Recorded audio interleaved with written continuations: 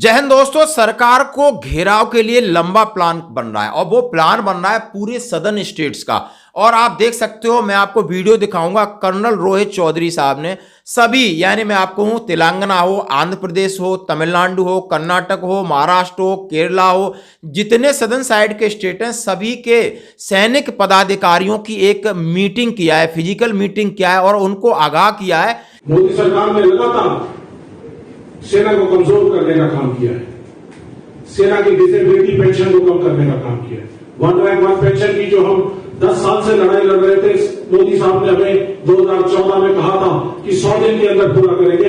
आज तक वो वन रैंक वन पेंशन कहीं दिखाई नहीं देती। वन रैंक हजारों पेंशन करती है, उसका मजाक बना दिया। जैसे जवानों की पेंशन को कम करने का काम किया। इसके साथ साथ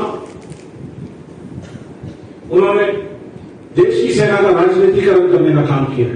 कभी उनसे मेरी माटी मेरा देश का प्रोग्राम करवाते हैं।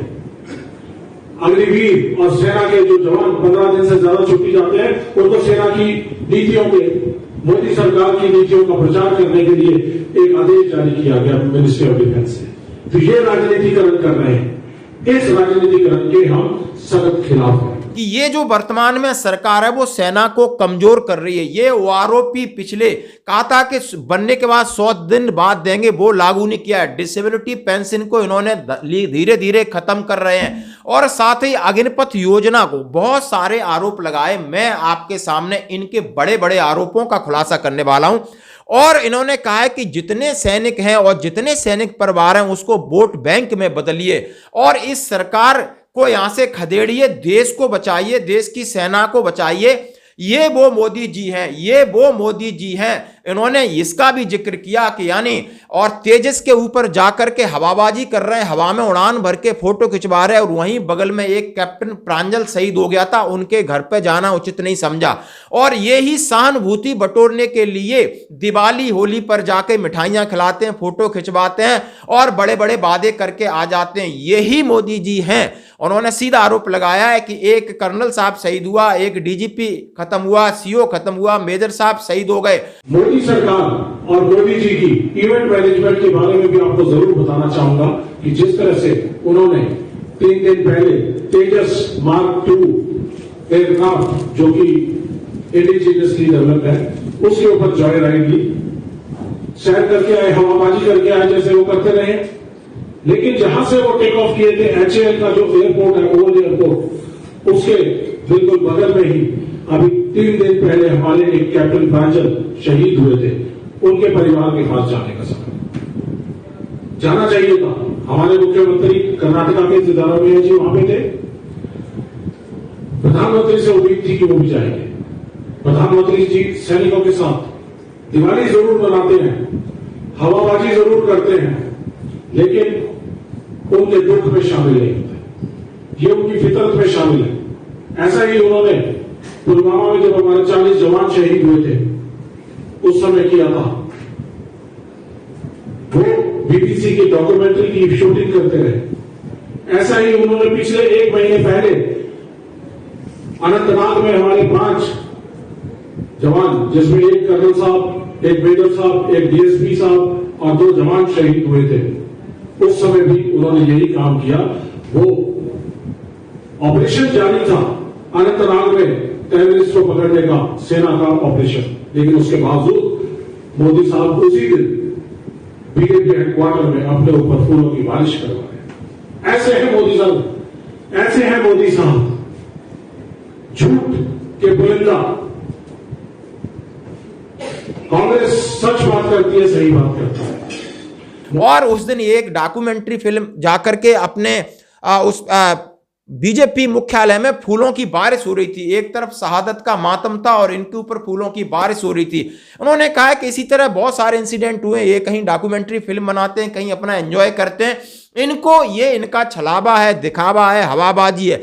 इतने सारे गंभीर आरोप कर्नल रोहित चौधरी साहब भारतीय जनता पार्टी और वर्तमान में जो माननीय प्रधानमंत्री मोदी जी के ऊपर लगा रहे हैं। इन्होंने सेना और सैनिकों को अच्छे से इस्तेमाल किया है, सेल्फी पॉइंट के लिए इस्तेमाल करे जा रहे हैं। छुट्टियों में सेना का प्रचार प्रसार, सरकारी नीतियों का प्रचार प्रसार के लिए इन्होंने ऑर्डर दिए हैं। यानी सेना पर बुरी तरह राजनीतिकरण कर दिया है। सेना से जितना फायदा उठाना ये पूरी तरीके से उठाना चाहते हैं और जब देने की बात आती है, जब इन्हें कुछ देने की बात आती है, तो इन्होंने अग्निवीर दिया जो कि सेना को कमजोर कर रहे हैं। 1 रैंक 1 पेंशन नहीं दिया, जो कि इसका वादा किया था, जो कांग्रेस ने ड्राफ्ट बनाया उसको इंप्लीमेंट कर दिया और अपना पीछा छुड़ा के अपनी वाहवाही लूट रहे हैं। और सबसे बड़ी जो सेना और देश के ऊपर जो चोट मारी है मोदी सरकार ने, वो अग्निपथ और अग्निवीर स्कीम को लागू की है। इस अग्निवीर स्कीम से देश के युवाओं का, देश की सेना में देश के लिए सेवा करने का जो दिल में सपना था, उसको तोड़ने का काम किया। उन्होंने कहा डिसेबिलिटी पेंशन के ऊपर अभी इन्होंने बहुत सारे ऐसे नियम निकाल दिए कि लोगों को डिसेबिलिटी पेंशन मिलना मुश्किल हो जाएगा। सैनिकों को अपने किस प्रकार नौकरी करेंगे उसके बारे में उन्हें 1000 बार सोचना पड़ेगा। उन्होंने कहा कि पिछले साल 137 करीब जवान शहीद हुए, उनका भी चर्चा किया। उनके ऊपर उन्हें कोई दुख नहीं है, मलाल नहीं है। वो अपनी चीजों को, अपने एजेंडे को, अपनी सोच को, अपने पद को सुरक्षित करने के लिए सरकार अपने देश को गुमराह कर रहे हैं। और अब हमें सबको मिलकर इस सरकार को हटाना है, देश को बचाना है, सेना को बचाना है। आप इनका 5 से 6 मिनट का वीडियो आप जरूर देखें, क्योंकि सदन साइड के सभी लोगों में हो और वहां का शायद सदन स्टेट से उनका मोमेंटम भी ऐसा ही है, वो समझ सकते हैं कि उनकी प्रतिक्रियाएं क्या आएंगी। ये देखने वाली बात है। धन्यवाद। नमस्कार। आज एक महत्वपूर्ण प्रेस कॉन्फ्रेंस है। हमारे रोहित चौधरी जी, जो कर्नल रोहित चौधरी जी, जो हमारे एक्स सर्विसमैन के विभाग के जो है अध्यक्ष हैं, और उनके साथ ही हमारे तेलंगाना और कर्नाटक के जो साथीगण हैं, जो रोहित सर आप सब लोग से परिचय कराएंगे। ये प्रेस कॉन्फ्रेंस अग्निवीर के विषय में है और किस तरह से बीआरएस ने बीजेपी को सपोर्ट किया इस कार्यक्रम में। अब मैं अनुरोध करूंगा रोहित चौधरी जी को कि आप सब लोग को संबोधित करें।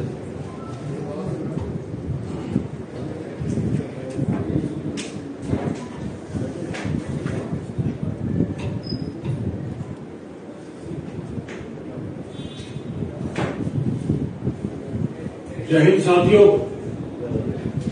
प्रेस के ऑनरेबल मेहमान और हमारे बहुत ही जुझारू साथी अजय कुमार सर और हमारी एक्स सर्विसमैन डिपार्टमेंट की जो टीम है, उससे आपको एक बार रूबरू करा दूं। मेरे साथ में राजेंद्र जी हैं, जो हमारे तेलंगाना के एक्स सर्विसमैन डिपार्टमेंट के प्रेसिडेंट हैं।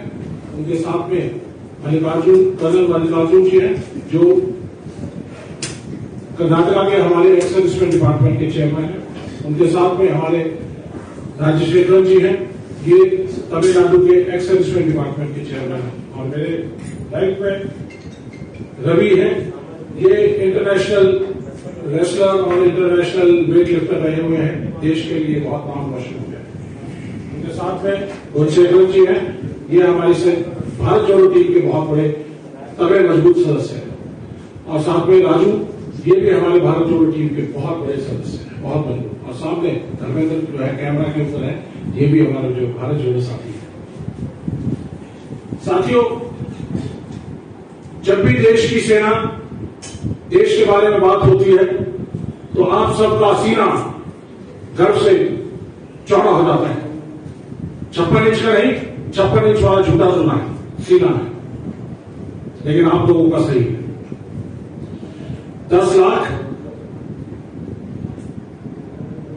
सैनिक, पूर्व सैनिक, पैरामिलिट्री फोर्सेस और उनकी सेकेंड जनरेशन के परिवार जो सेना से ताल्लुक रखते हैं, तेलंगाना में रहते हैं, उनको और तेलंगाना की वीर भूमि को और तेलंगाना के कर्नल प्रसाद और कैप्टन वीर रेड्डी जो गलवान में शहीद हुए थे, उन सबको, सैनिकों का, सबका कांग्रेस पार्टी का नमन। साथियों, देश बड़ी गंभीर परिस्थितियों से गुजर रहा है। इन गंभीर परिस्थितियों का कारण है मोदी सरकार, जिसने लगातार बार बार देश की सेना को कमजोर करने का काम किया। और साथ साथ मैं देश के जो 137 सैनिक शहीद हुए हैं पिछले 2023 के अंदर, 200 से ज्यादा इंटरनल सिक्योरिटी के मामलों के अंदर, तो उनको भी साथ साथ मैं नमन करता हूं। और ऐसे में मोदी सरकार और मोदी जी की इवेंट मैनेजमेंट के बारे में भी आपको जरूर बताना चाहूंगा कि जिस तरह से उन्होंने 3 दिन पहले तेजस मार्क 2 एयरक्राफ्ट जो कि इंडिजीनियसली डेवलप्ड है उसके ऊपर जॉय राइड ली, सैर करके आए, हवाबाजी करके आए जैसे वो करते रहे। लेकिन जहां से वो टेक ऑफ किए थे HAL का जो एयरपोर्ट है ओल्ड एयरपोर्ट उसके बिल्कुल बगल में ही अभी 3 दिन पहले हमारे एक कैप्टन प्रांजल शहीद हुए थे, उनके परिवार के पास जाने का समय जाना चाहिए था। हमारे मुख्यमंत्री कर्नाटका के सिद्धारामैया जी वहां पे थे, प्रधानमंत्री से उम्मीद थी कि वो भी जाएंगे। प्रधानमंत्री जी सैनिकों के साथ दिवाली जरूर मनाते हैं, हवाबाजी जरूर करते हैं, लेकिन उनके दुख में शामिल नहीं होते, ये उनकी फितरत में शामिल है। ऐसा ही उन्होंने पुलवामा में जब हमारे 40 जवान शहीद हुए थे उस समय किया था।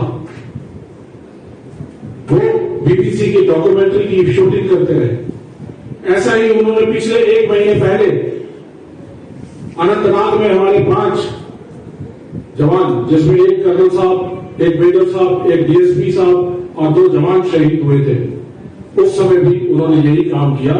वो ऑपरेशन जारी था अनंतनाग में टेररिस्ट को पकड़ने का, सेना का ऑपरेशन, लेकिन उसके बावजूद मोदी साहब उसी दिन BJP हेडक्वार्टर में अपने ऊपर फूलों की बारिश करवा रहे। ऐसे हैं मोदी साहब, ऐसे हैं मोदी साहब, झूठ के बुलंदा। कांग्रेस सच बात करती है, सही बात करता है। मोदी सरकार ने लगातार सेना को कमजोर करने का काम किया है, सेना की डिसेबिलिटी पेंशन को कम करने का काम किया है। 1 रैंक 1 पेंशन की जो हम 10 साल से लड़ाई लड़ रहे थे, मोदी साहब ने हमें 2014 में कहा था कि 100 दिन के अंदर पूरा करेंगे। आज तक वो 1 रैंक 1 पेंशन कहीं दिखाई नहीं देती। 1 रैंक हजारों पेंशन कर दी है, उसका मजाक बना दिया, जैसे जवानों की पेंशन को कम करने का काम किया। इसके साथ साथ उन्होंने देश की सेना का राजनीतिकरण करने का काम किया है। कभी उनसे मेरी माटी मेरा देश का प्रोग्राम करवाते हैं। अग्निवीर और सेना के जो जवान 15 दिन से ज्यादा छुट्टी जाते हैं, उनको सेना की नीतियों के, मोदी सरकार की नीतियों का प्रचार करने के लिए एक आदेश जारी किया गया मिनिस्ट्री ऑफ डिफेंस से। तो ये राजनीतिकरण कर रहे हैं। इस राजनीतिकरण के हम सख्त खिलाफ हैं। और सबसे बड़ी जो सेना और देश के ऊपर जो चोट मारी है मोदी सरकार ने, वो अग्निपथ और अग्निवीर स्कीम को लागू किया है। इस अग्निवीर स्कीम से देश के युवाओं का, देश की सेना में देश के लिए सेवा करने का जो दिल में सपना था, उसको तोड़ने का काम किया।